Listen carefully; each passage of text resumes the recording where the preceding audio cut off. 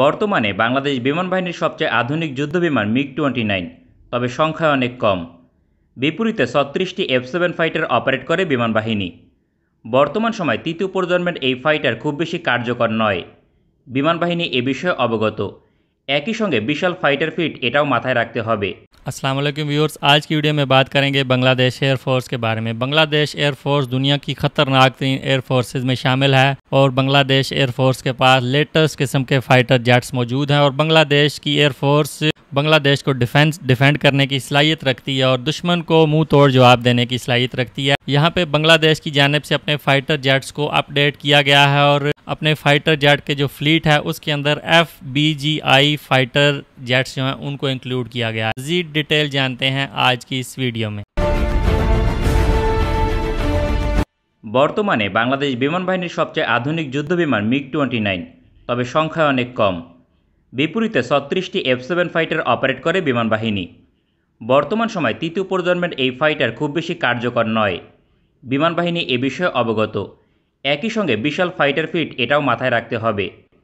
এখন প্রশ্ন হচ্ছে, বিশাল সংখ্যক F-7 ফাইটার দিয়ে কী করবে বাংলাদেশ এয়ারফোর্স, তাই তুলে ধরব আজকের প্রতিবেদনে। বাংলাদেশের বহরে 3টি সংস্করণের F-7 ফাইটার রয়েছে। এগুলো হচ্ছে F-7BGI, BG এবং BM। এই যুদ্ধবিমানগুলো 25 থেকে 30 বছর সার্ভিস দিতে সক্ষম। বাংলাদেশের বহরে 16টি F-7BGI ফাইটার রয়েছে। এই যুদ্ধবিমানগুলো 2013 সালে অন্তর্ভুক্ত হয়েছে। সেক্ষেত্রে প্রায় 2040 সাল পর্যন্ত সার্ভিস দিতে সক্ষম। অন্যদিকে 16টি রয়েছে F-7BG সংস্করণ, যা 2006 সালে অন্তর্ভুক্ত হয়েছে। এই যুদ্ধবিমানগুলো প্রায় 2035 সাল পর্যন্ত সার্ভিস দিতে সক্ষম। এছাড়াও 4টি রয়েছে F-7BM, যা অনেক পুরনো, আগামী 5 থেকে 7 বছরের মাঝে অবসরে যাবে। বাংলাদেশের অবস্থান থেকে আরও কমপক্ষে 15 থেকে 20 বছর সার্ভিস দেবে 32টি F-7 ফাইটার। দীর্ঘ সময় সার্ভিস দিলেও আকাশযুদ্ধে এই ফাইটার তেমন কোনো কাজেই আসবে না। এ বিষয়ে বিমান বাহিনী অবগত, কারণ আধুনিক কোনো রাডার সিস্টেম নেই কিংবা এয়ার টু এয়ার মিসাইল নেই। সর্বোচ্চ 22 কিলোমিটার রেঞ্জের এয়ার টু এয়ার মিসাইল রয়েছে। এমন যুদ্ধবিমান মিয়ানমার কিংবা ভারতের বিরুদ্ধে কোনো কাজেই আসবে না। তবে কৌশলী একটি পদক্ষেপ গ্রহণ করেছে প্রতিরক্ষা দপ্তর, যে কারণে আগামী 15 থেকে 20 বছর F-7 ফাইটার দিয়ে সর্বোচ্চ সুবিধা আদায় করতে পারবে। প্রতিরক্ষা দপ্তর 2017 সালে সিদ্ধান্ত গ্রহণ করে বিশাল এই ফাইটার ফ্লিটকে আপগ্রেড করবে। চীন থেকে এই ফাইটার ক্রয় করলেও বাংলাদেশ আলোচনা করে তুরস্কের সঙ্গে, কারণ দেশটি থেকে আপগ্রেড করা হলে বাংলাদেশের অবস্থান থেকে সুবিধা হবে। এ বিষয়ে চীন থেকে অনুমোদন চায় বাংলাদেশ। চীন কোনো ধরনের আপত্তি করেনি। পরবর্তীতে 2021 সালের জুন মাসে তুরস্কের সঙ্গে চুক্তি স্বাক্ষর করে বাংলাদেশ। এক্ষেত্রে যুদ্ধবিমানে খুব বেশি পরিবর্তন করা হবে না, কারণ অতিরিক্ত অর্থ ব্যয় করতে আগ্রহী নয় প্রতিরক্ষা দপ্তর। সরকার পর্যায়ে উভয় দেশের মাঝে চুক্তি স্বাক্ষর হয়। এই চুক্তির আওতাধীন যুদ্ধবিমানের হার্ড পয়েন্ট আধুনিকায়ন করা হবে, পাশাপাশি গ্রাউন্ড স্ট্রাইক মিশনে পারদর্শী করবে। তুরস্ক 2 ধরনের টিবার গাইডেড বোমা সরবরাহ করবে চুক্তির আওতাধীন, যা ব্যাপক শক্তিশালী। ইতিমধ্যে বাংলাদেশ বিমান বাহিনীর হাতে প্রথম ব্যাচের বোমা সরবরাহ করা হয়েছে। এখন বিশাল ফাইটার ফ্লিট প্রতিপক্ষের বিরুদ্ধে গ্রাউন্ড স্ট্রাইক মিশনে কার্যকর ভূমিকা রাখবে, কারণ এই বোমার ধ্বংস ক্ষমতা অনেক। তুরস্কের টিবার গাইডেড বোমা সম্পর্কে গুরুত্বপূর্ণ তথ্য: মার্ক 81 এবং 82 শ্রেণীর বোমায় গাইডেন্স কিট যুক্ত করা হয়েছে।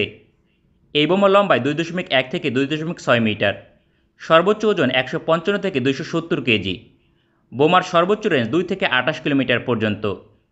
তুরস্কের এই বোমা পিন পয়েন্ট অ্যাকুরেসিতে হামলা করতে সক্ষম, লক্ষ্যবস্তুর সর্বোচ্চ 3 মিটারের মাঝে আঘাত করতে পারে।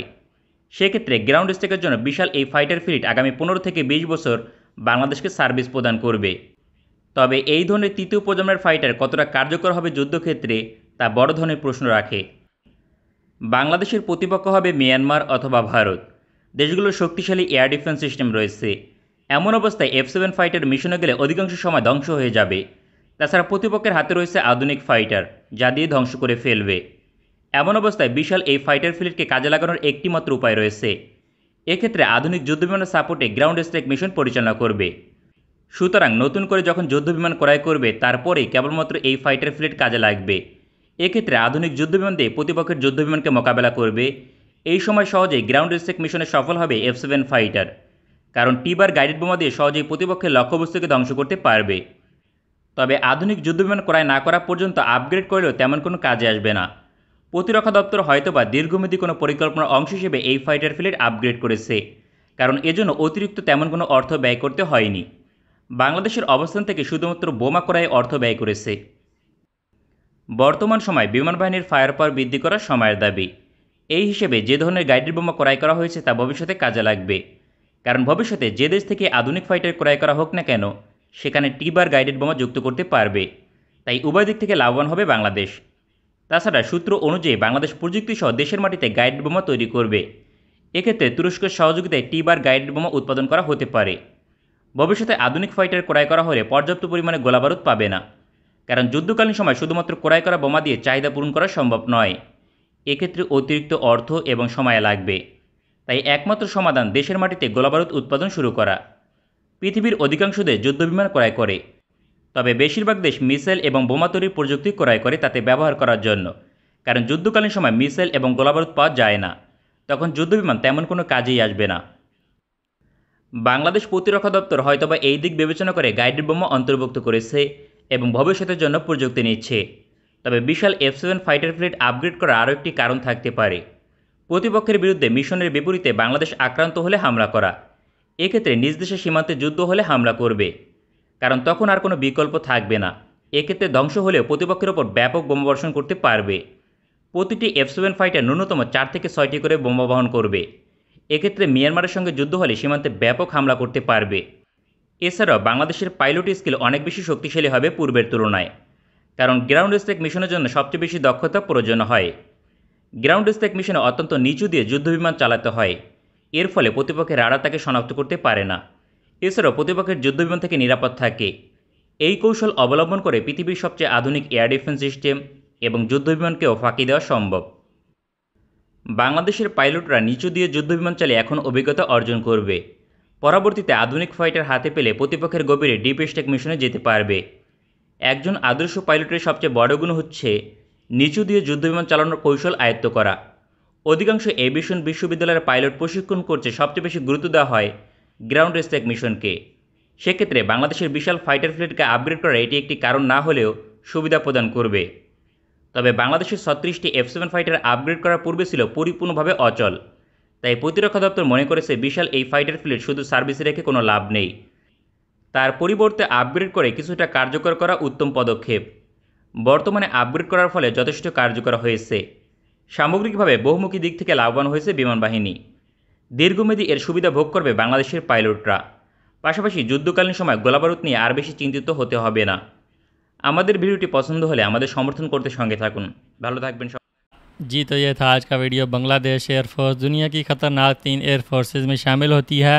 बांग्लादेश के एक तरफ म्यांमार है जिसकी एयरफोर्स बहुत ज़्यादा स्ट्रॉन्ग है, और दूसरी तरफ भारत है। भारत की एयरफोर्स भी बहुत ज़्यादा स्ट्रॉन्ग है, और इन दोनों एयरफोर्स के पास दुनिया के जदीद 3 जो हथियारें हैं वो अवेलेबल हैं। और यहाँ पे बांग्लादेश जो है अपनी एयरफोर्स की ताकत को इनके मुकाबले में दिन ब दिन इंक्रीज़ करता जा रहा है। और बांग्लादेश की एयरफोर्स की जो कैपेबिलिटीज़ हैं वो हमने इस वीडियो में देखी कि वो किसी भी टारगेट को निशाना बनाने की सलाहियत रखती हैं। और बांग्लादेश की एयरफोर्स अपने F-7 फाइटर जेट्स को अब अपग्रेड करने जा रही है, और इनके साथ तुर्किश मिसाइल जो हैं वो इंस्टॉल किए जा सकेंगे, और दुश्मन के किसी भी इलाके को और उसके किसी भी डिफेंस इक्विपमेंट को निशाना यहाँ पे बनाया जा सकता है। म्यांमार की जो एयरफोर्स है वो हर कुछ महीने के बाद बांग्लादेश के बॉर्डर पे बांग्लादेश के अंदर जारियत करने की कोशिश करती है, लेकिन अब बांग्लादेश ने उनको मुंह तोड़ जवाब दिया है और भारत और म्यांमार को दिखाया है कि हमारी एयरफोर्स भी किसी से कम नहीं है, और हमारे जो फाइटर जेट्स हैं वो बांग्लादेश की हिफाजत करना जानते हैं, और दुश्मन के इलाके के अंदर जाके भी वो जानते हैं कि किस तरह से दुश्मन को टारगेट करना है। तो उम्मीद करते हैं बांग्लादेश की जो एयरफोर्स है वो मज़ीद बेहतर से बेहतर होगी, और भारत और म्यांमार किसी भी सूरत बांग्लादेश की तरफ मैली आंख से नहीं देख सकेंगे। आप क्या सोचते हैं बांग्लादेश एयरफोर्स के बारे में, इनके फाइटर जेट्स के बारे में? वीडियो अच्छी लगी वीडियो को लाइक करें। मिलते हैं नेक्स्ट वीडियो में। गुड बाय, अल्लाह हाफिज़।